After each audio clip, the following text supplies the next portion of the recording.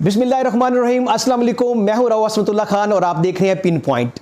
आज जो टॉपिक हम पिन पॉइंट करने जा रहे हैं वो बड़ा ही हसास मौजू है कि फ़िरका वारियत और मजहबी मुनाफरत। मैं इससे पहले आपको एक छोटा सा वाक़या सुनाता हूं कि दिल्ली की जामिया मस्जिद जो अपनी नक्शो नगारी के हवाले से बहुत मशहूर थी, तो उस दौर में एक अंग्रेज़ अपनी वाइफ के साथ, जो कि कैलीग्राफी का मास्टर भी था, वो नक्शो नगार देखने के लिए दिल्ली की जामिया मस्जिद में आया।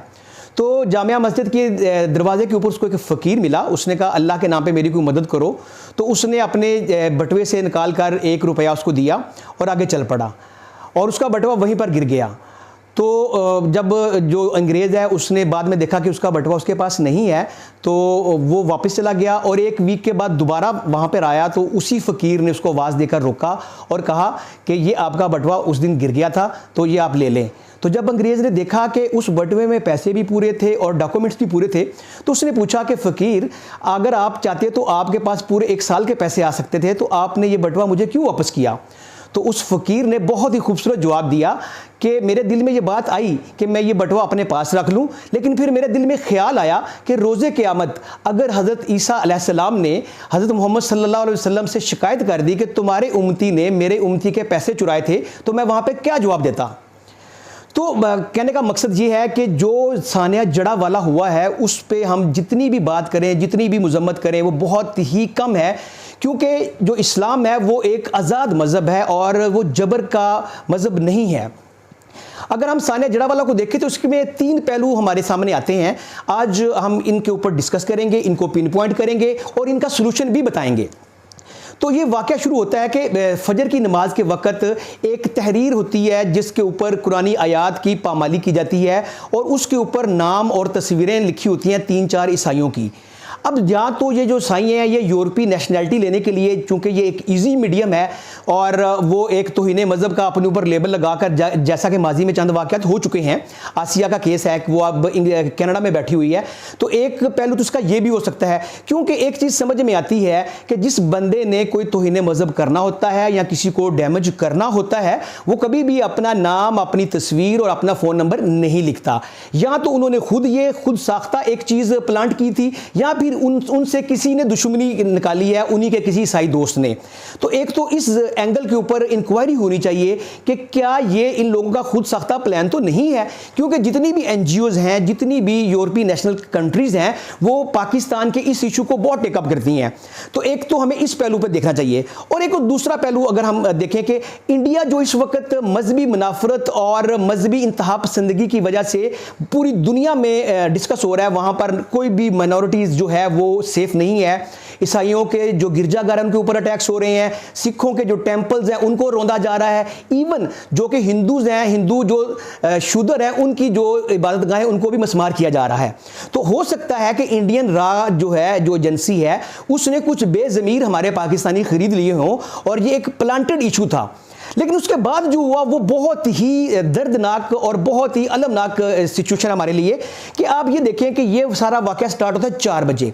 4 बजे से लेकर 7 बजे तक जो हमारी लॉ इन्फोर्समेंट एजेंसीज हैं वो वहाँ पर हरकत में आती ही नहीं है। पुलिस वाले पहुँचते हैं 2 घंटे के बाद। अभी कल ही जो हमारे जस्टिस काजी फाइज ईसा साहब थे, उन्होंने मौके का दौरा किया, तो जो CCPO हैं बिलाल सदीक कमेना साहब, तो उन्होंने कहा कि ये 6:15 बजे ये वाक़या शुरू हुआ है। तो जब जस्टिस साहब ने कहा कि मेरी इत्तला के मुताबिक ये 4 बजे हुआ है, तो वो फिर आए बाएं शाएं करने लग पड़े। मैं पूछता हूँ, मेरा यहाँ पे एक सवाल है कि अगर गवर्नमेंट चाहती है कि किसी जो रैपिड एक्शन हो, अब इसको एक छोटी सी एग्जांपल देख लें कि जो दिलावर हुमायूं जज है वो एक फैसला देता है और विदिन 30 मिनट्स ज़मान पार्क में पुलिस पहुंच जाती है, कैसा क्विक रिस्पॉन्स है। तो क्या एक इतना बड़ा इशू जिसको जो वेस्टर्न वर्ल्ड है वो एकदम टेकअप करती है, उसमें हमारी पुलिस ने एक्शन क्यों नहीं लिया? 4 घंटे तक वहां पर दरिंदगी क्यों की गई? सवाल यहां पर उठता है। इस चीज की फुल इंक्वायरी होनी चाहिए और जो भी इसमें मुलव्वस लोग हैं, क्योंकि इससे ना सिर्फ पाकिस्तान की जागहसाई होती है बल्कि हमारे प्यारे दीन के ऊपर भी सवाल उठता है, क्योंकि हमारा दीन जबर का दीन नहीं है। हमारे दीन में एक चीज़ बड़ी क्लियर बताई गई है कि जितनी भी माइनॉरिटीज़ हैं, जितनी भी अक़लियतें हैं, वो अपनी भरपूर आज़ादी से अपनी इबादत गाहों में अपनी इबादत कर सकती हैं। तो यहां पर जो पंजाब पुलिस है, जो लाहौर पुलिस है, उसके ऊपर सवाल उठता है। इसकी एक इंक्वायरी होनी चाहिए। और ये बात बहुत ही, मैं कहता हूं कि इसके ऊपर सुप्रीम कोर्ट का एक फुल कोर्ट जस्ट जो है जुडिशल बेंच है वो बनना चाहिए। और मेरी एक सजेशन है, गवर्नमेंट से मेरी ये अपील भी है, लॉ इन्फोर्समेंट एजेंसीज से, अपनी पाक आर्मी से, अपनी जुडिशरी से, कि उसी जगह पर, उसी चर्च जहां पर ये चर्च जलाए गए हैं, वहीं पर एक ओपन अदालत लगाई जाए और जो भी जिम्मेदार हैं, चाहे वो क्रिश्चियन कम्युनिटी के हैं जिन्होंने नेशनलिटी के लालच में पाकिस्तान का इमेज खराब किया, या फिर वो इंतहा पसंद जो मुसलमान, सो कॉल्ड मुसलमान, उनको मुसलमान कहना किसी भी तौर पर मैं समझता हूं कि वो काबिल कबूल नहीं है, क्योंकि किसी की मजहब गाह को जलाना और फिर वहां पर जो दरिंदगी की गई है, वो देखें, हमारी फ्रस्ट्रेशन, हमारी जो एंग्जाइटी है कौम की, उसमें खुलकर सामने आ गई है। वहां पर औरतें चीख रही हैं, बच्चियों के जहेज तक लूट लिए गए और 86 घर जो हैं वो जलाकर राख कर दिए गए। इससे पाकिस्तान का इमेज कहां पर चला गया? और फिर मैं समझता हूं कि कोई भी मुसलमान जो तकवे वाला है, जो ईमान वाला है, वो तमाम अंबिया कराम के ऊपर ईमान रखता है, वो कभी भी ऐसी जसारत नहीं कर सकता कि किसी भी गिरजाघर को वो जलाए या किसी भी अकलीती की जो इबादत गाह है उसको मसमार करे, क्योंकि हमारा दीन तो बहुत ही जो इस्लाम पसंद, जो अमन पसंद दीन है, उसकी में ये चीजें आ ही नहीं सकती। तो इसके ऊपर 3-4 एंगल से अगर हम सोचें तो हमें ये एक पूरी इंक्वायरी करनी चाहिए। इससे हमारा जो इंटरनेशनल वर्ल्ड में जो इमेज डिस्ट्रॉय हुआ है उसको वापस लाना चाहिए, और जो भी इसमें, जो लोग भी इसमें शामिल हैं, उनको करार वाक़या सजा देनी चाहिए, ताकि पाकिस्तान का इमेज दुनिया में एक अच्छे मुल्क के तौर पे आए। बदकिस्मती से हमारे यहाँ तो पहले ही बहुत सारा प्रॉब्लम चल रहा है। हमारे मुल्क में एक घुटन ज़्यादा माहौल है, हबस ज़्यादा माहौल है, कहीं पर पकड़ दकड़ है, कहीं पर पेट्रोल महंगा है, कहीं पर महंगाई है, जो सियासी जमातें हैं वो आपस में दस्तों गिरेबान हैं, और जो गरीब लोग हैं उनका कोई पुरसाने हाल नहीं।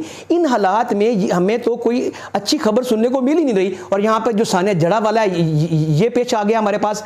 तो इसके ऊपर हम लोगों को फौरी तौर पर एक जो फुल कोर्ट जो बेंच है वो तश्कील देना चाहिए। और मैं समझता हूँ कि पंजाब पुलिस, खुसूसन लाहौर पुलिस, उसको बिल्कुल भी स्पेयर नहीं करना चाहिए। आईजी साहब, अगर आप मेरी बात सुन रहे हैं, जो सीएम साहब हैं हमारे, बड़े माशाल्लाह बड़ा अच्छा काम कर रहे हैं, मोहसिन नकवी साहब, आपने कल एक बहुत अच्छा काम किया है। आपने पंजाब जो काबीना है उसका इजलास उसी चर्च में बुलाया, that's a very good sign. और आपको चाहिए कि लाहौर पुलिस को फौरी तौर पर सस्पेंड करें। जितने भी इसमें सीसीपीओ से लेकर और जितने भी एसपी हजरात हैं, उन्होंने इस पर रैपिड एक्शन क्यों नहीं लिया गया? आज किसी पीटीआई के बंदे को पकड़ना हो तो विद इन मिनट्स जो है वो आपकी जो पुलिस फोर्स है वो उनके घरों तक पहुंच जाती है।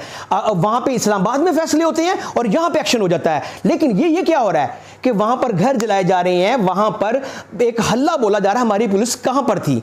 तो ये सवाल छोड़ के जा रहा हूं आईजी साहब आपके लिए और सीएम साहब आपके लिए। अब ये आपके ऊपर भारी जिम्मेदारी आयद होती है, क्योंकि इससे हमारे पाकिस्तान का जो इमेज है वो खराब हो रहा है और हमारे प्यारे दीन का मजहब भी जो इमेज है वो खराब हो रहा है।